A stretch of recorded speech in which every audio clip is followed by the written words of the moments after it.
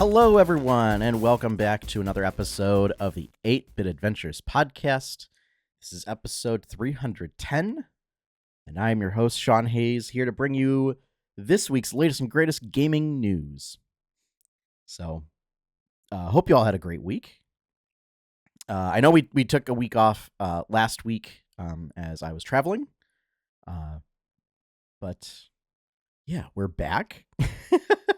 And we've got some news this week. There were 2 different directs, and then there were also 2 different directs from Nintendo.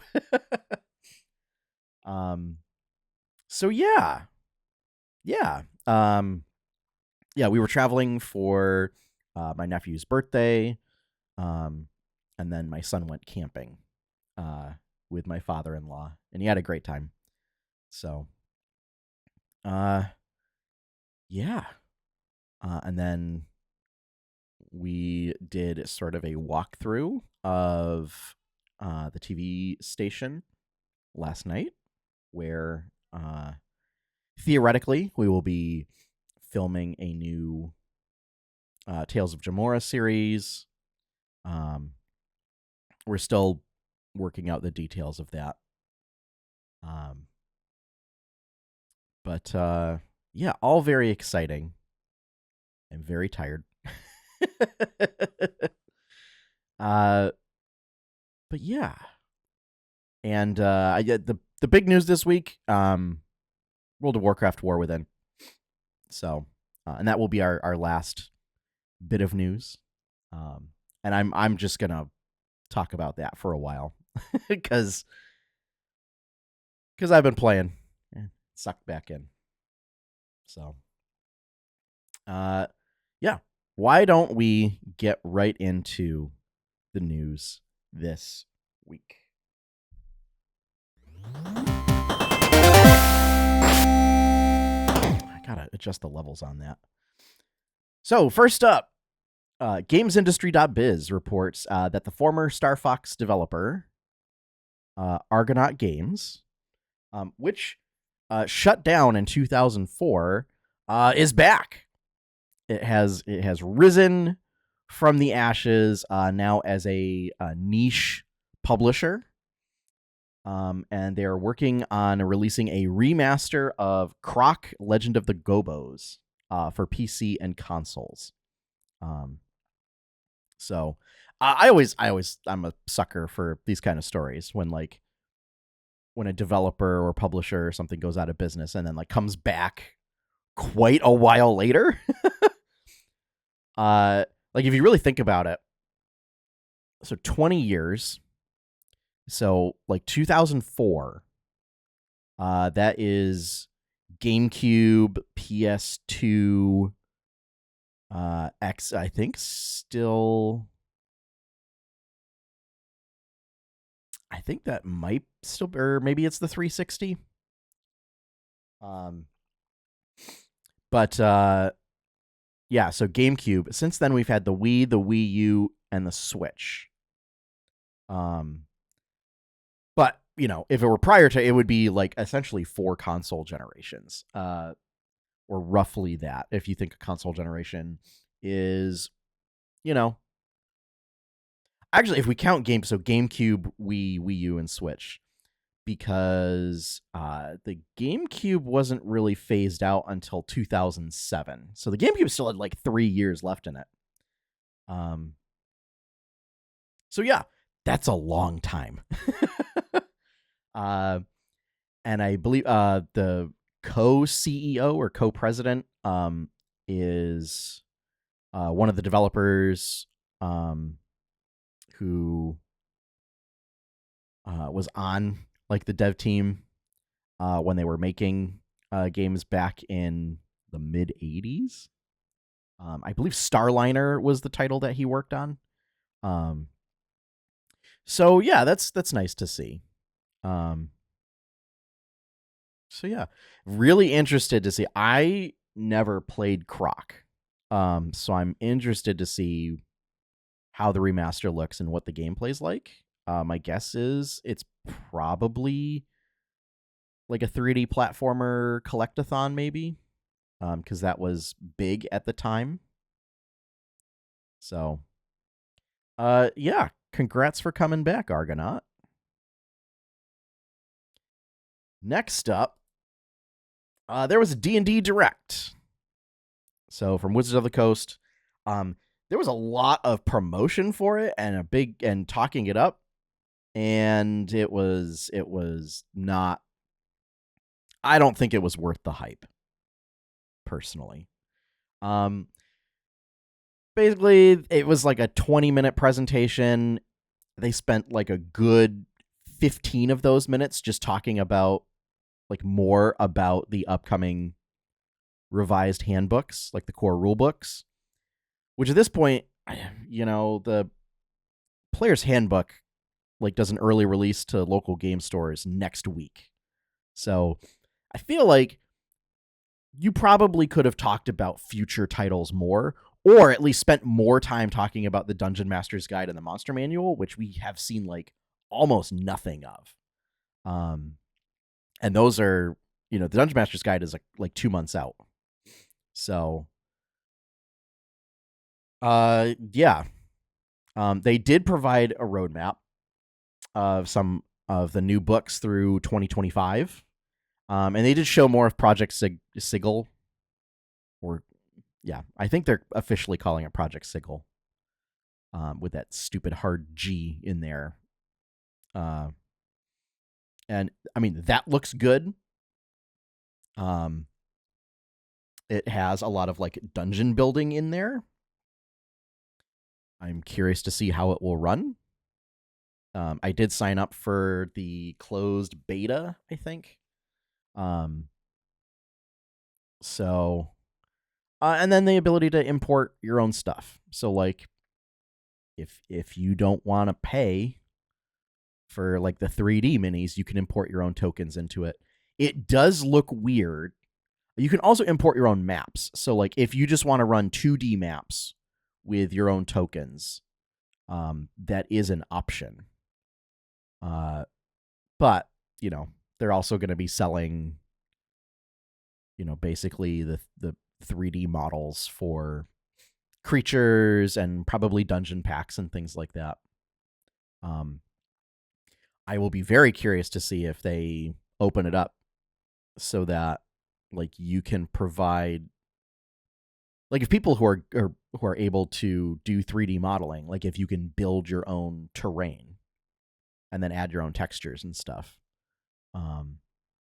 that would be really interesting, and I think that would be a good sell for them. But yeah, and then talking about expanding it to other rule sets, which I thought was pretty shocking. So they showed that the upcoming books will include, I don't remember the name, but I think it's just called Dragon Anthology, which is a collection of adventures that feature both dungeons and dragons. So, because they noted that like most players who play D&D have never encountered a dragon before. There's going to be yet another new starter set. So this is like the 3rd or 4th starter set for 5th edition. And then, much to my dismay, a player's guide to Faerun, and then a DM's guide to Faerun.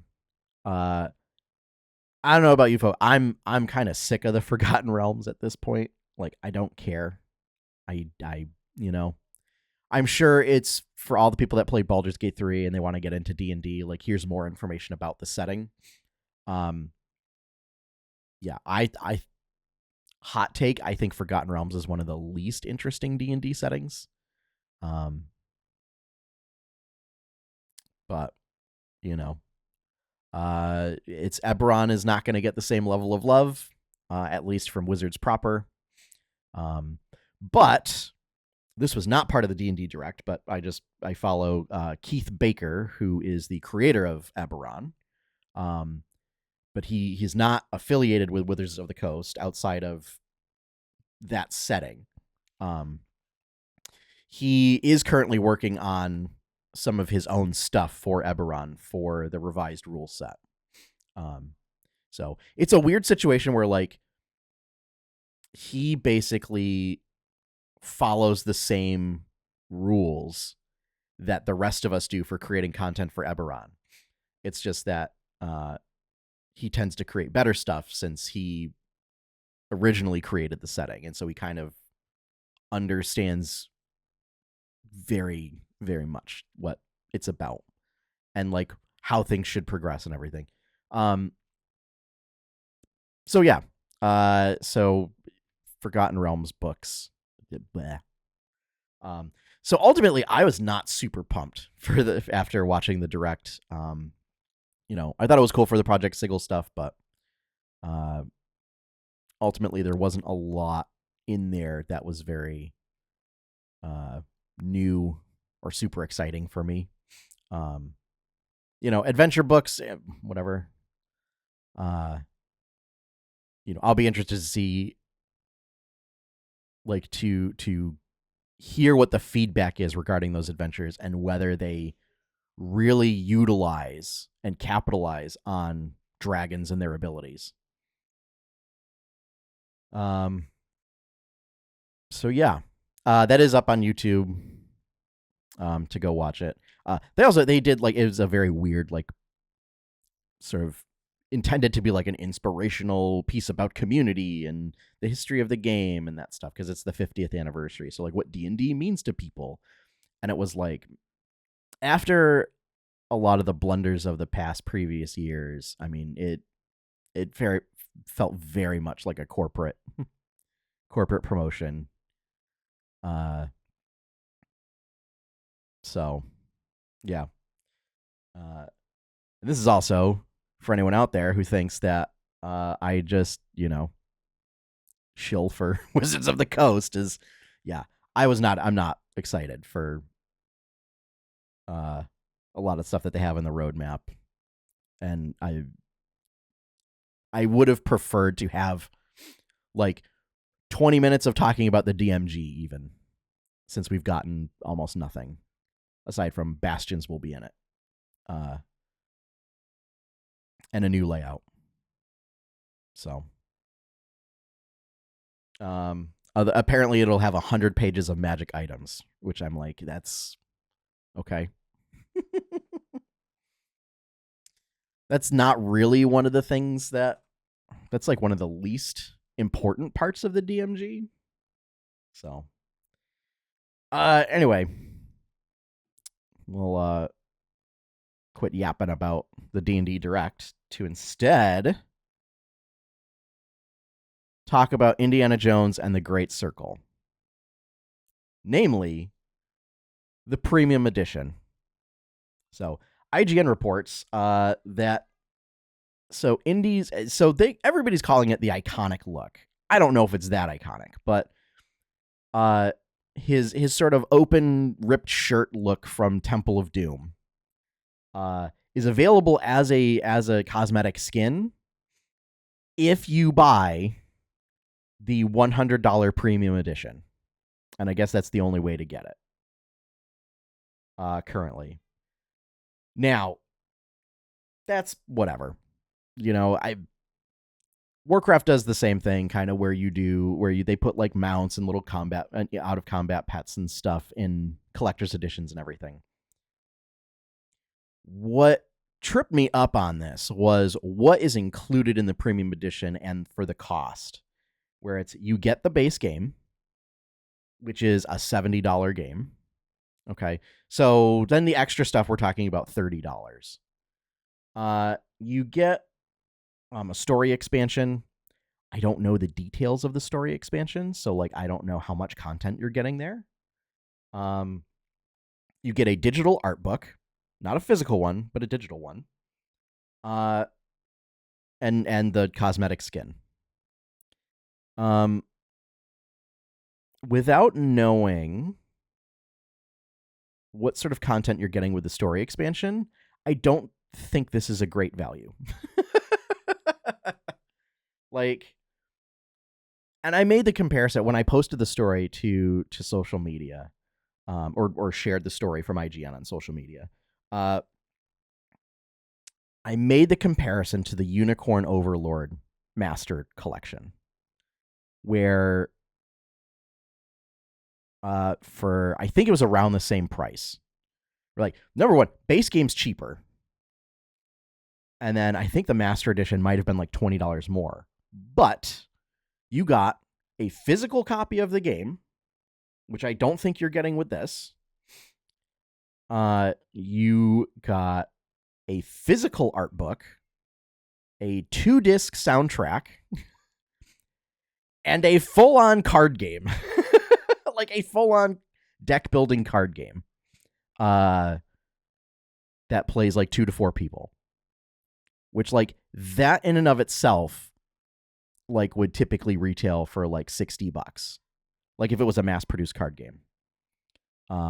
Basing it on like how much like Dominion costs. Which for those who don't know is another deck building card game. It was kind of a big one. It helped kind of define the deck building genre. So yeah. So when I compare the two, I'm like, one's a lot more value. But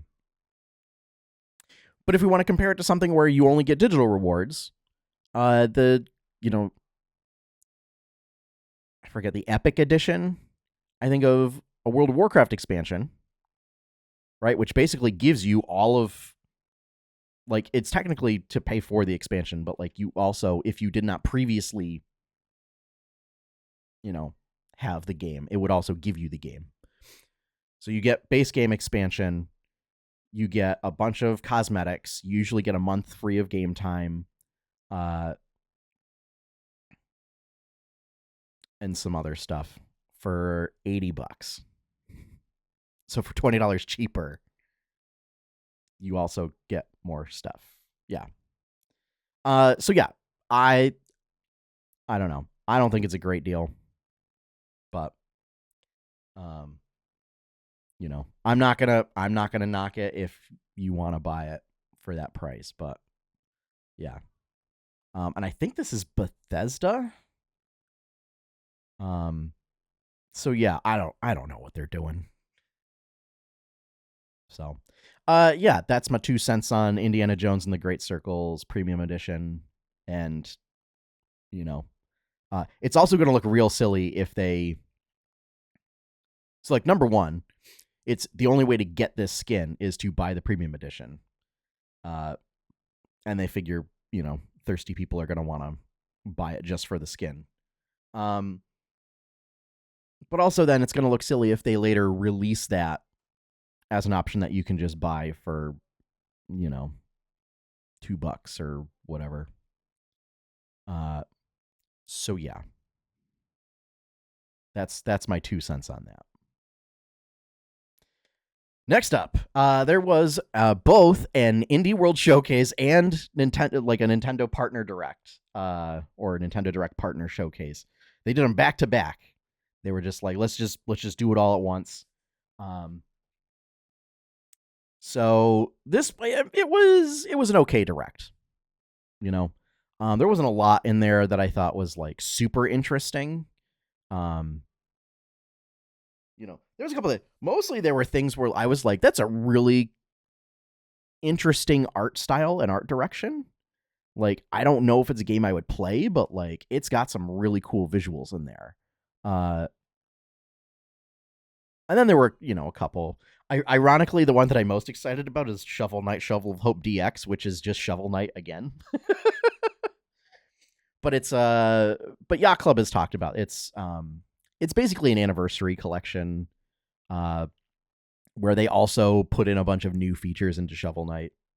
So, but Civ 7 coming to Switch.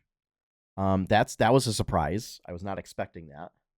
The Castlevania Dominus collection for Castlevania fans. Marvel vs. Capcom Fighting Collection, I think for fighting fans, like, that is big. There's also another Capcom Fighting Collection. I think the Marvel vs. Capcom one is more enticing. Just because those are great games. Rune Factory, Guardians of Azura for all the farm sim fans, for your sort of action fantasy farming sim. Which I wonder, like, because it's Rune Factory, I wonder if it does the Harvestella thing better than Harvestella. There's gonna be some Sea of Stars DLC. I know I was super excited for Sea of Stars, and then when I played through a bunch of it, and I fell off of it because it just couldn't keep my interest. But it's like a circus DLC. Tetris Forever, which is just an anniversary collection, mostly of Tetris games made by a single developer. And then ones for particularly the art style, Neva and Pizza Tower. So Neva is made by the same studio that made Grease. And it's very, very pretty. And it's a story about like overcoming sort of these terrors that are sort of infecting the forest and cleansing the forest. Pizza Tower, I have no idea. This thing looks like it has a very sort of like early to mid 90s like grungy cartoon aesthetic.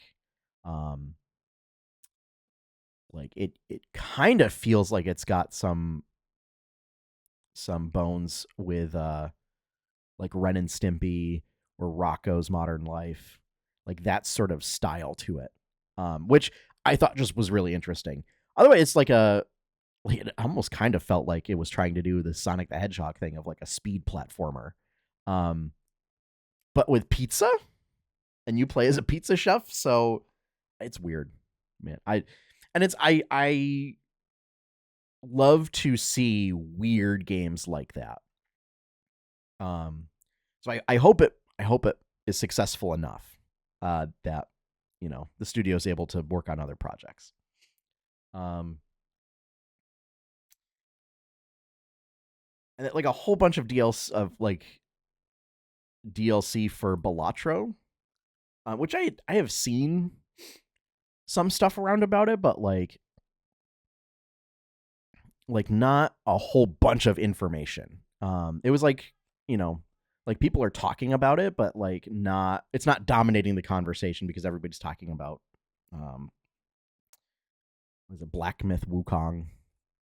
But yeah, so Balatro is apparently a roguelike poker game.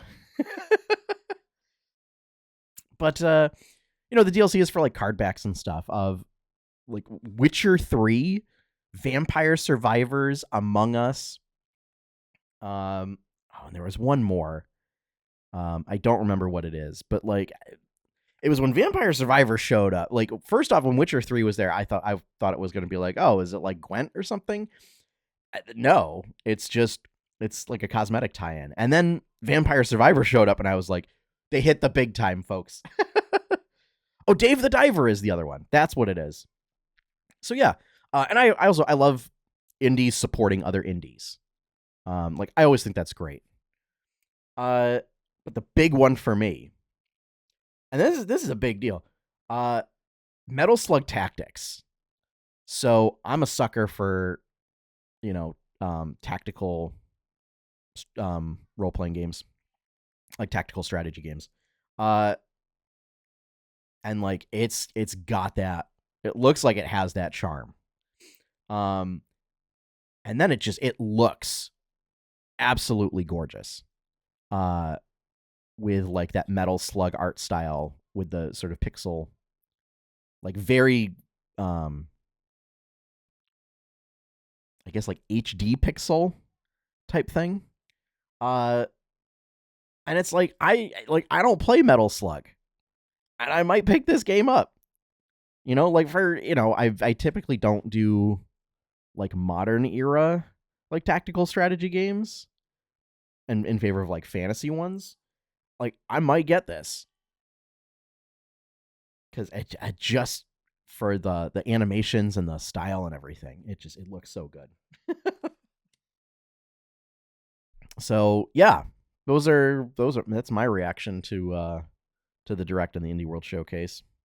I thought about doing a reaction video And I got to get back into the habit of doing that, of basically just recording myself watching the videos for the first time and kind of giving my thoughts. But yeah. So if any of the and Yakuza. Yeah, Yakuza coming to Switch. I think that's the name of the series. But yeah. So again, not a weird choice, but sure, bring it to Switch. There we go. So that is going to bring us to our last news topic for the day. World of Warcraft, The War Within. So formal release date was this past week. It was on Monday, which is a weird, like normally they launch expansions on Tuesdays because they do the big patch. And then or they do the big maintenance to get the patch ready. And then like once the patch is live, like go. But little bit of controversy there.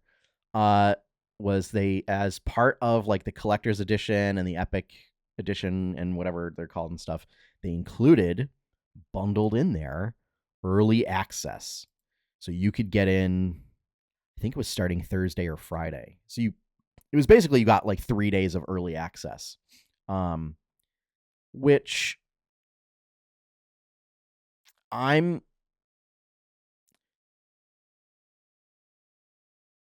it's a weird case where like I don't think it's as big of a deal as the community's making it out to be. Like the community's making it out to be like the people who got early access, were able to like race to world firsts and stuff and get all this stuff, and they're gonna throw the auction house economies out of whack and make so much money and this and that, and like create a bias against people who didn't get early access.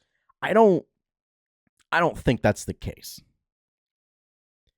I think it's more of that, it's very much a cash grab. Like, or unless they wanted to, like unless it's a way to monetize like a rolling launch to, spread out the number of people that are logging in consecutively so that you can do server stress tests and stuff. Like, that's kind of what I feel like it was. But it's also muddled in the fact that they bundled it in with other stuff that you would just be getting. Although I think they were also selling it as a standalone for like $40. And if that's the case, where it was selling it standalone for $40, like that's a very blatant and predatory cash grab. And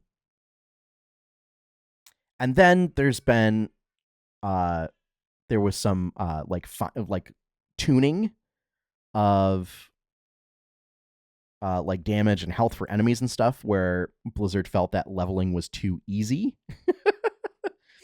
And so they did a bunch of like emergency maintenance patches and took the game offline to correct that. So now like there's also, and this ties back into the early access, where people who got early access then like were able to just blaze their way to 80, like the new level cap, before they put these changes in to slow the pace down for everyone else. So again, little controversial there. And then like something broke with the auction house. That's the first time I've seen, at least as far as I can remember, and I might just have a faulty memory, that the auction house was like actually just taken offline. While the game was still, like, you could go in and log into the game and like do questing, do all the stuff, but like if you went to the auction house, it would say like, oh, the auction house is closed right now, and it's like, I don't know if I've ever seen that before.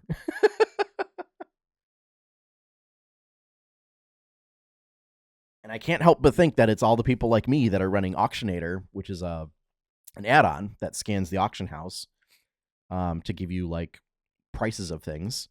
That it was all people hammering the auction house during early access. So I will say I did get to play early access because I got the Epic Edition or whatever. Didn't get it. I didn't get that for early access. I got it for all the other stuff.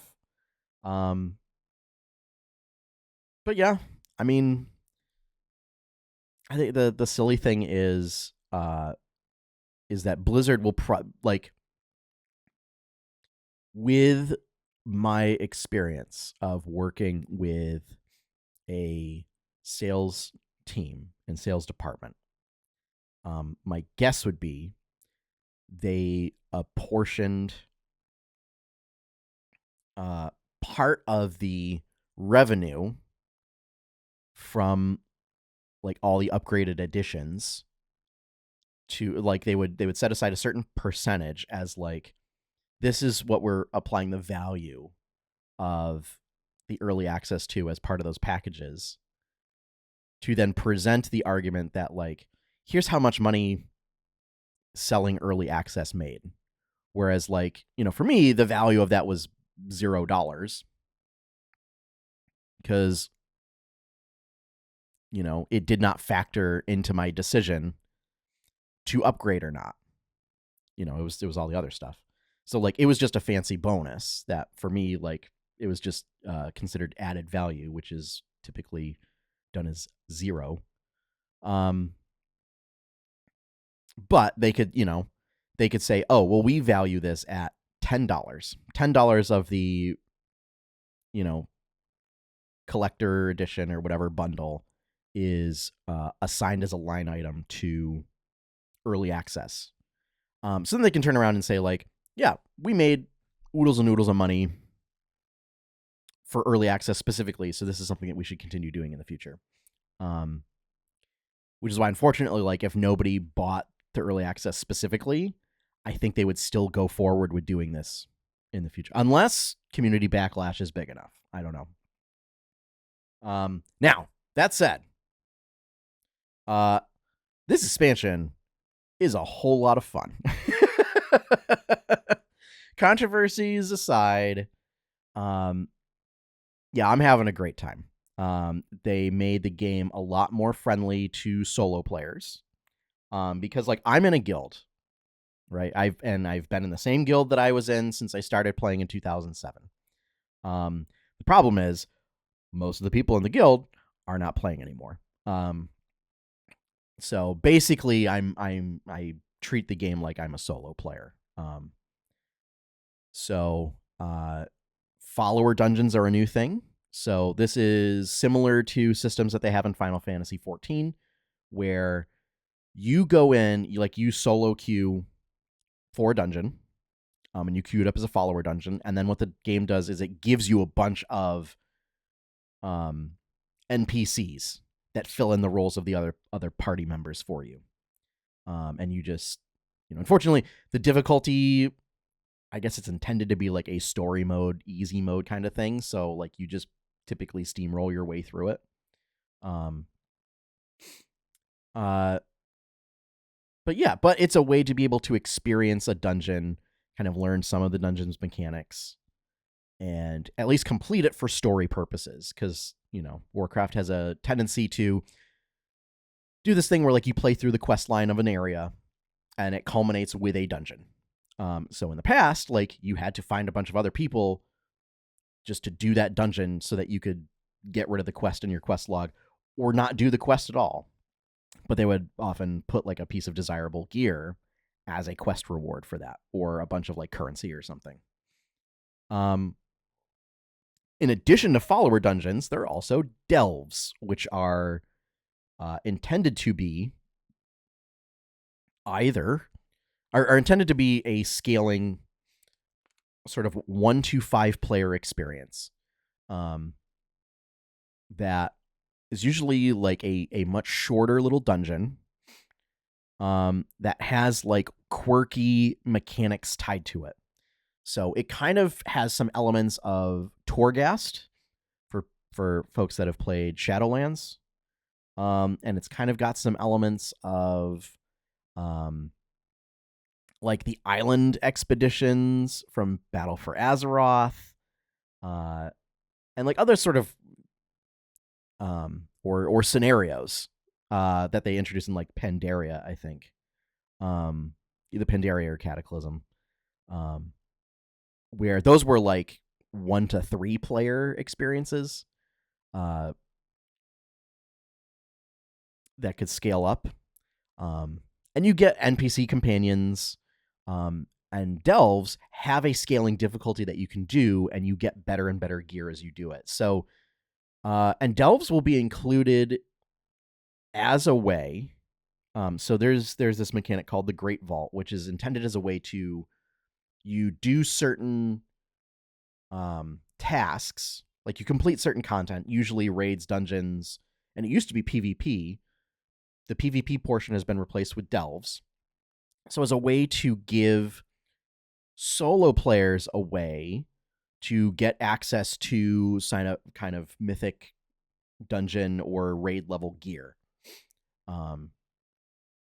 Which I think that's great. You know? Like for me, you know, I don't necessarily have the time to put in to do mythic dungeons and raids. Like I don't have that time. It takes forever. Like, because unless, you know, because like I don't have a guild group where we can get really good and just like, you know, learn the various mechanics of the mythic dungeons and everything, and then like just go through and try and get our fastest time. Like I don't have that time. Now delves can be completed in like 15 minutes. That I do have time for. And so being able to do this content and then also be able to progress as the expansion goes on is really great. I can't speak much for environment design as I'm only 2 out of the 4 zones in. As I reached level 76 out of 80 before leaving the first zone. But, you know, the zones are Isle of Dorn, which is sort of the island that you land on as part of the expansion. It's populated with earthen, who are dwarves made out of stone, and are sort of construct-like. I mean, Isle of Dorn, great. You know, it's got sort of a sort of Highland vibe to it. And color palette is good. You know, that's what I can speak to. I love the greens that they used for it. It's nice to see just like normal landscapes after doing like, you know, Burning Crusade and Legion, and Wrath of the Lich King. Like the past couple of expansions have had a lot of really like absolutely out there color palettes due to magical energies or being in otherworldly realms and stuff. And it was nice to see just like, okay, very big focus on like earth elemental type things. So there's a lot of like stone colors, but also a lot of like kind of muted greens. And that's just nice.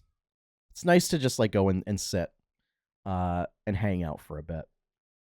And then the second zone is subterranean. And like the goal of the expansion is you go further and further down into the world. Which I think is a neat progression of like where you go. Instead of like you're going across the world in different locations. Like we're just going down further and further. So you know, I always love the trope of like, you know, underground biomes. Particularly like if you're going to do like underground forests and stuff, is I think ecologically that's a very interesting way of how does this work. Like how do these plants get their nutrients? But then of course I have yet to get to the 2 more interesting zones too. One of which is just spiders everywhere, and then the other one is like has a giant like day-night crystal type thing going on, and underground airships, which it's great. So, and then improve functionality with like all of your characters. So the warband stuff is in the game. So it's basically all of your characters are connected now. So any progress that you make with like reputations or currency or whatever, you can share amongst all of your characters. And you get like a special bank to do it instead of having to, you know, make a guild with just your character, like with just your characters, and share a guild bank, which you could still do. So to get even more bank slots for storage. But yeah, it's great. I'm having a good time. Delves are great. So yeah, The War Within, out now. So that is going to wrap things up for this episode of the 8-Bit Adventures podcast. I hope you all have enjoyed listening or watching. Big shout out and thank you to all the folks who support this. If you would like to see more content from 8-Bit Adventures, be sure to check out our website at 8-bitadventures.com. If you'd like to help support that content, the best way to do so is to become a patron, not through iOS. You can do that at patreon.com/8bitadventures. Patrons, you can support for as little as $1 a month. Especially since I believe the price of Twitch subs is going up yet again. So, if you want to support, become a patron. And you just get charged once monthly. It's not per post or anything like that. And our opening theme is One Up by Professor Shy Guy. You can find his stuff over at professorshyguy.bandcamp.com. And shout out and thank you to all of the patrons who currently keep this content going. Thank you for your continued support. Thank you for listeners. Thank you for watchers.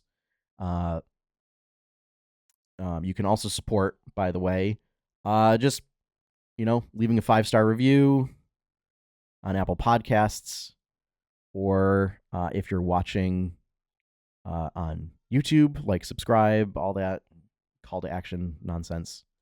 So with that, we're done. So we'll see you next week. And as always, have fun, happy gaming, and enjoy your pie cake.